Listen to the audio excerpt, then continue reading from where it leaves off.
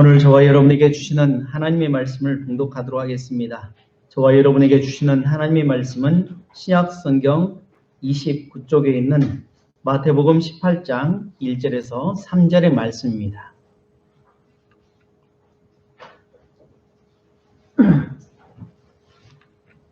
마태복음 18장 1절에서 3절인데요. 신약 성경 29쪽에 있습니다.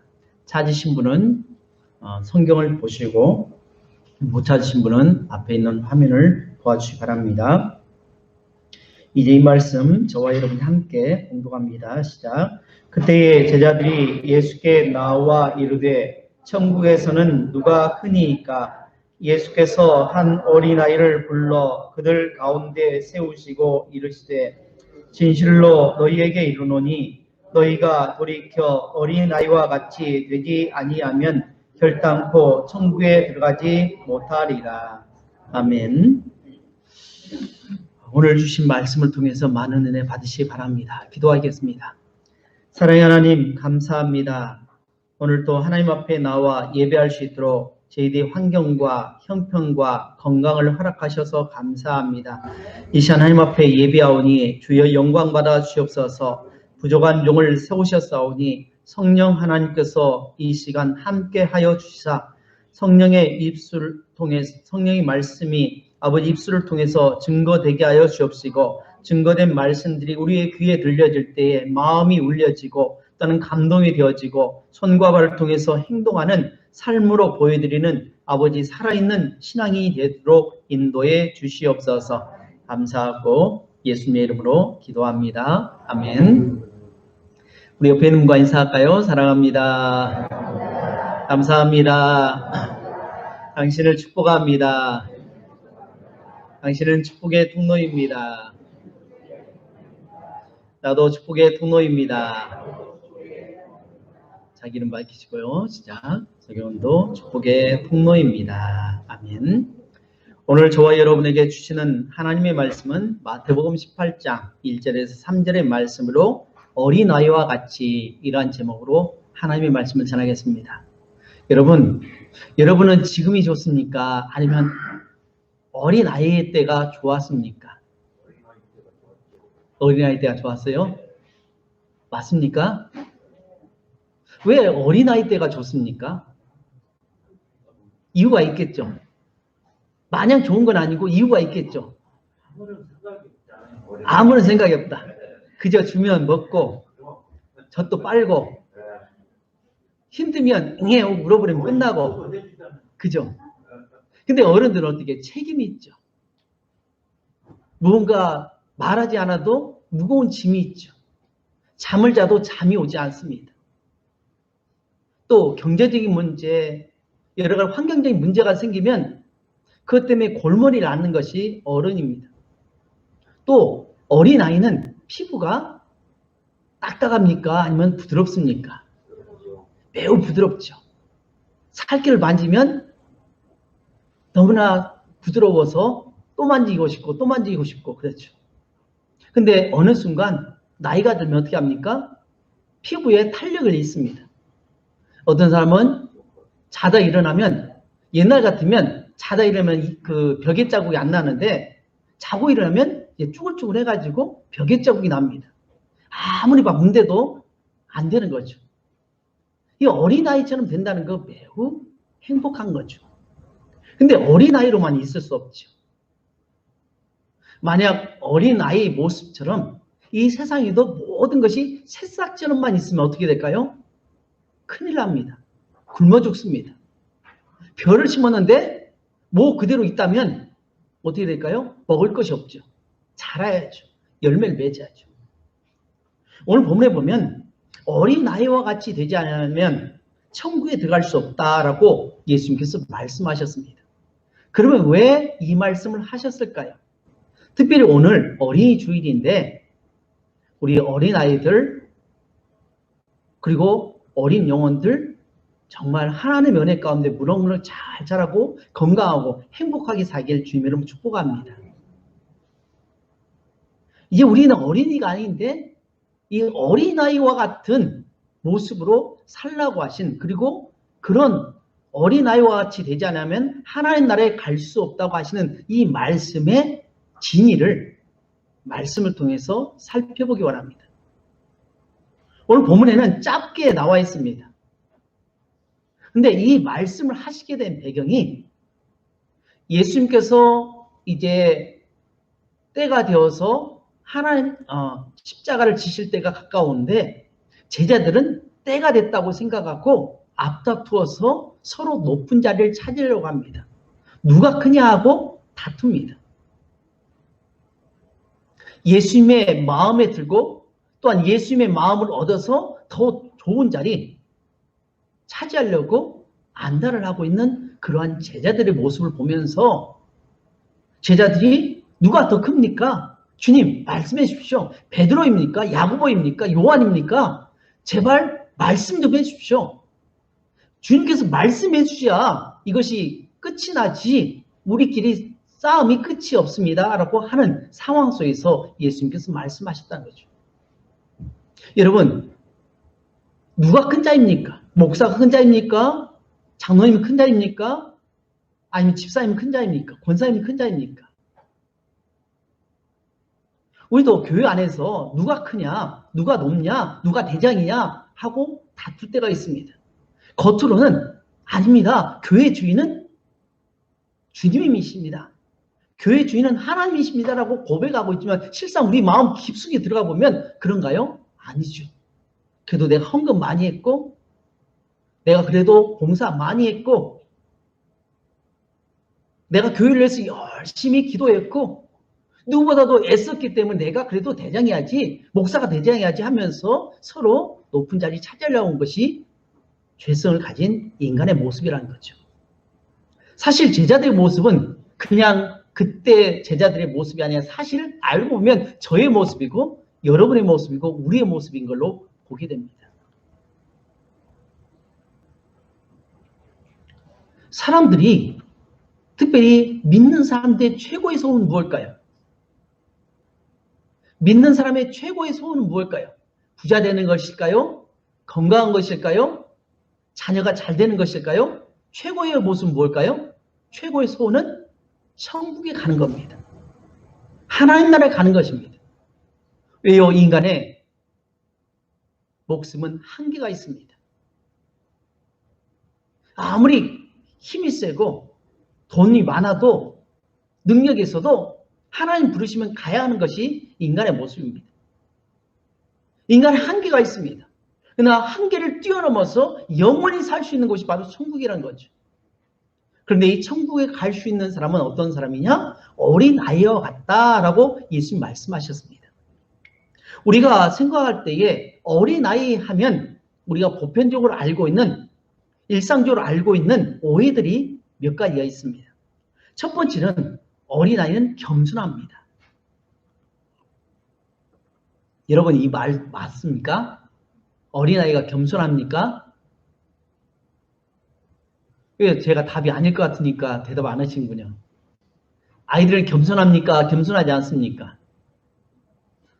보니까 결코 겸손하지 않는 것을 우리 부모는 알고 있습니다. 우리 아이들 지금 영상을 보고 있을 텐데 서운하지만 이해하십시오. 어린아이 겸손하지 않습니다.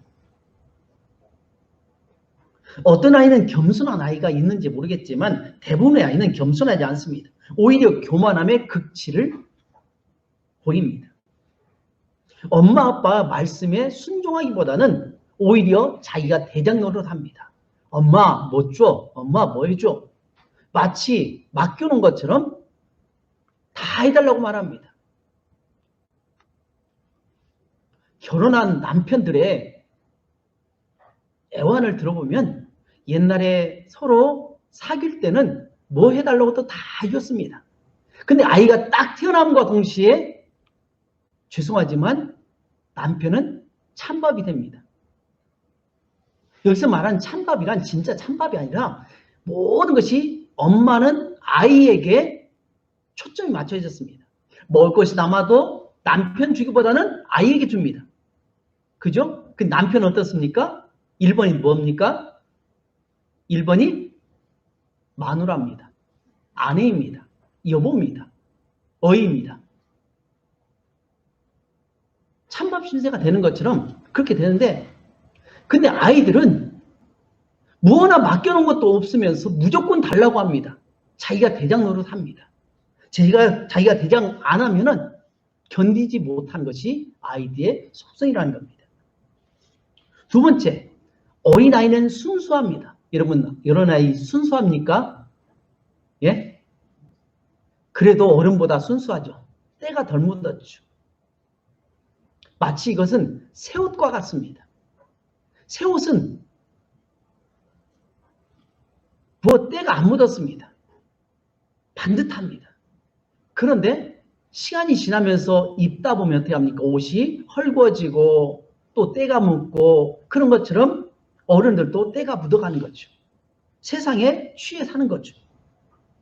어린아이들이 어른들에 비하면 순수한 면이 있습니다. 그러나 실상 순수하지 않습니다.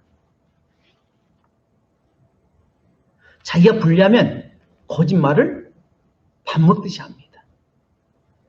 해놓고도 안 했다고 합니다. 그리고 자기의 감정을 감춥니다. 자기의 마음을 감춥니다. 실상 순수하다 이것은 오늘 말씀과는 좀 맞지 않는 부분입니다. 세 번째 오해가 있는데요. 어린아이는 순종 잘한다. 여러분 순종 잘합니까? 어쩔 때는 맞지만 이것도 취사 선택입니다. 자기한테 잘해준 사람은 순종 잘합니다.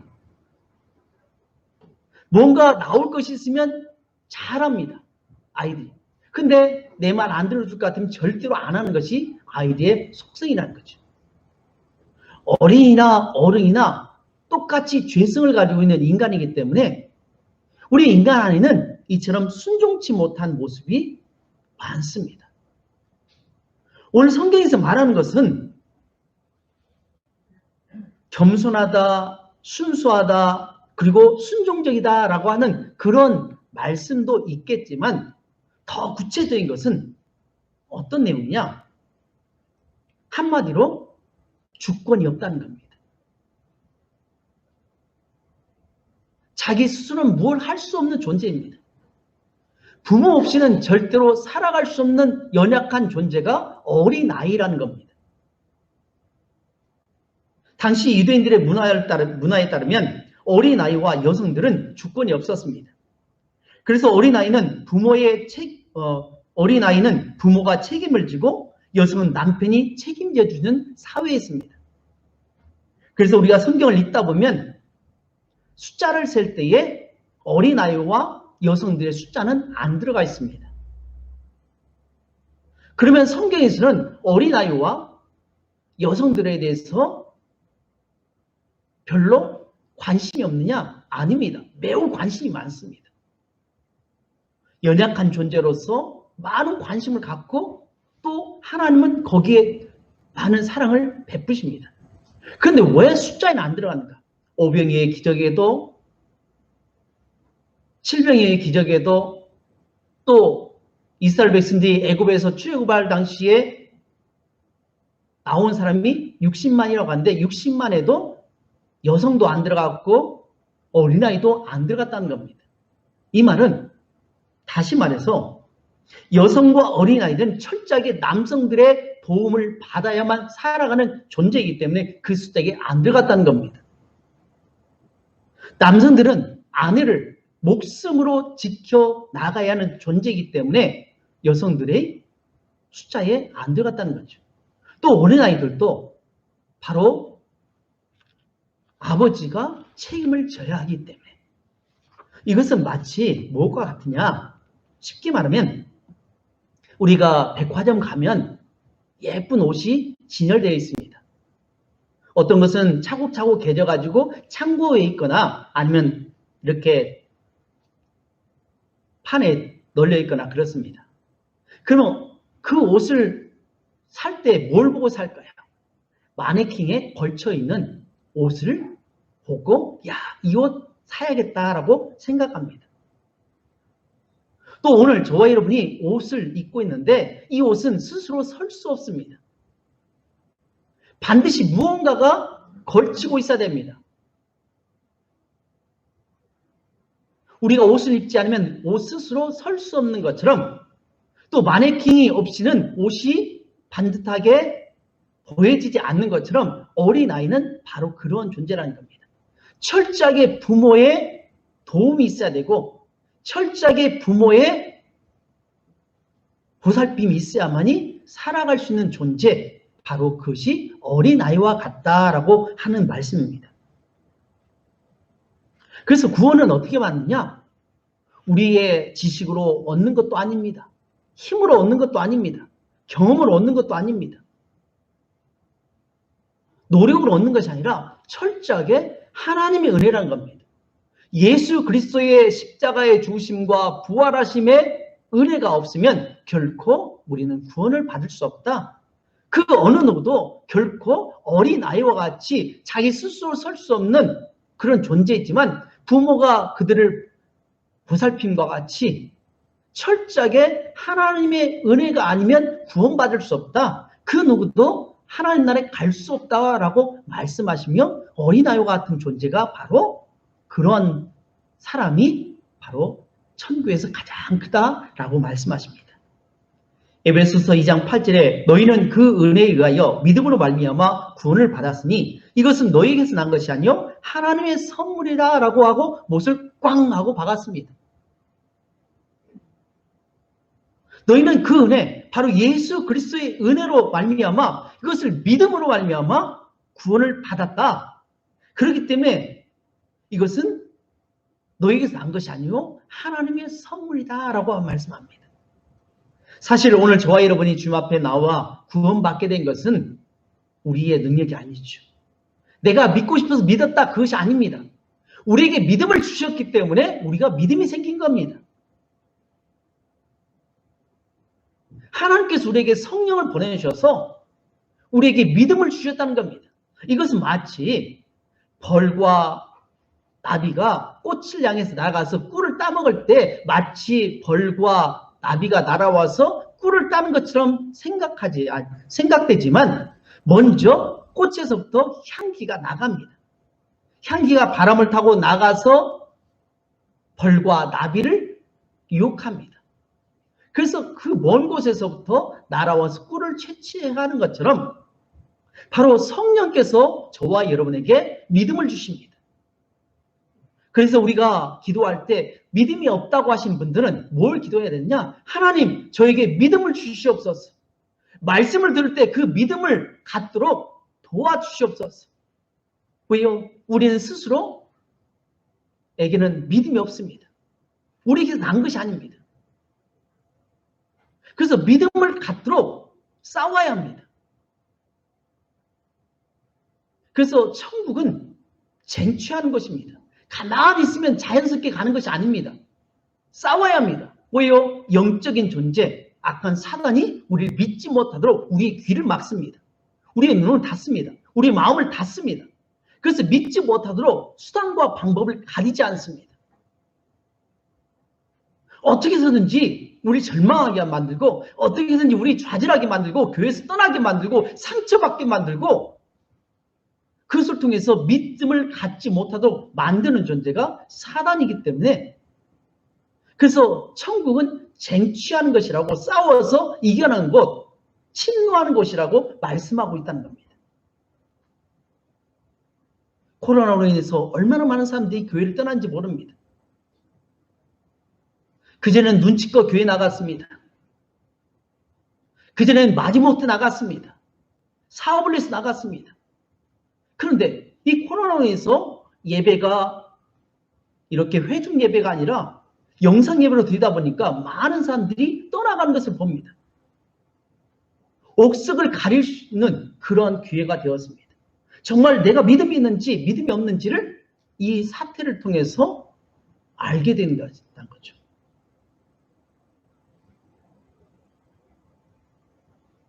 어린아이와 같다라고 하는 것은 사도 바울의 삶과도 같습니다. 사도 바울이 빌립보서 4장 13절에 유명한 말씀을 했는데 내게 능력 주신 자 안에서 내가 모든 것을 할 수 있느니라 라고 고백하고 있습니다.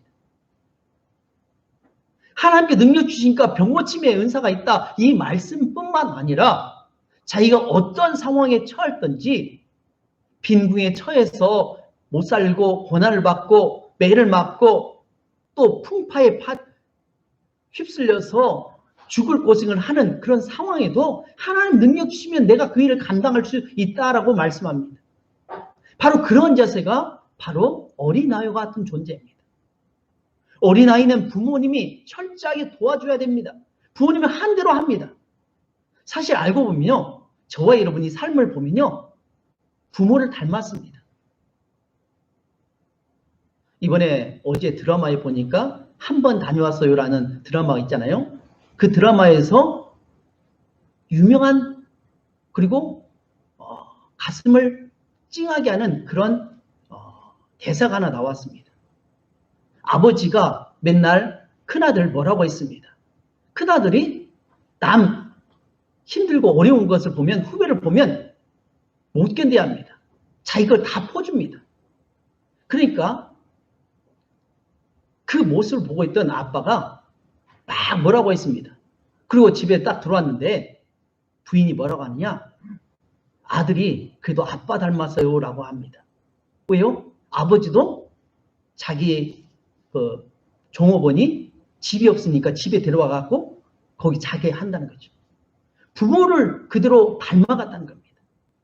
어린아이는 부모를 닮게 되어 있습니다. 보고 듣고 경험한 모든 것이 나도 모르는 사이에 부모님을 닮아갑니다.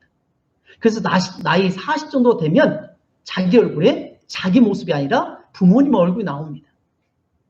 딸은 엄마의 모습이 나오고 아들은 아빠의 모습이 자연스럽게 나오는 거죠. 왜요? 그대로 습득하기 때문에, 그대로 배워가기 때문에. 이것이 바로 어린아이와 같은 존재라는 거죠. 마찬가지로 이 어린아이와 같은 그러한 자기 스스로 무언가를 할 수 없는 그러한 존재에게 믿음을 주셨고 성령께서 인도하셨기 때문에 구원을 받으시다. 철저하게 믿음으로 구원을 받는다라고 오늘 본문에서 말씀하십니다. 사랑하는 여러분, 우리가 살면서 우리 몸에 배어진 것은 별로 좋은 면이보다는 악에 바친 그런 모습도 보입니다. 때 묻은 것이 참 많습니다. 그래서 오늘 어린이 주일을 맞이해서 우리가 회복해야 할 것이 있다면 어린아이와 같은 그런 자세로 살아가길 주님 여러분 축복합니다. 말씀이 선포되면 어린아이와 같이 그대로 말씀을 습득하고 받아들이고 마치 스폰지가 물을 흡수하듯이 그런 모습으로 나아가는 것이 순수한 믿음을 가진 성도의 모습이라는 겁니다.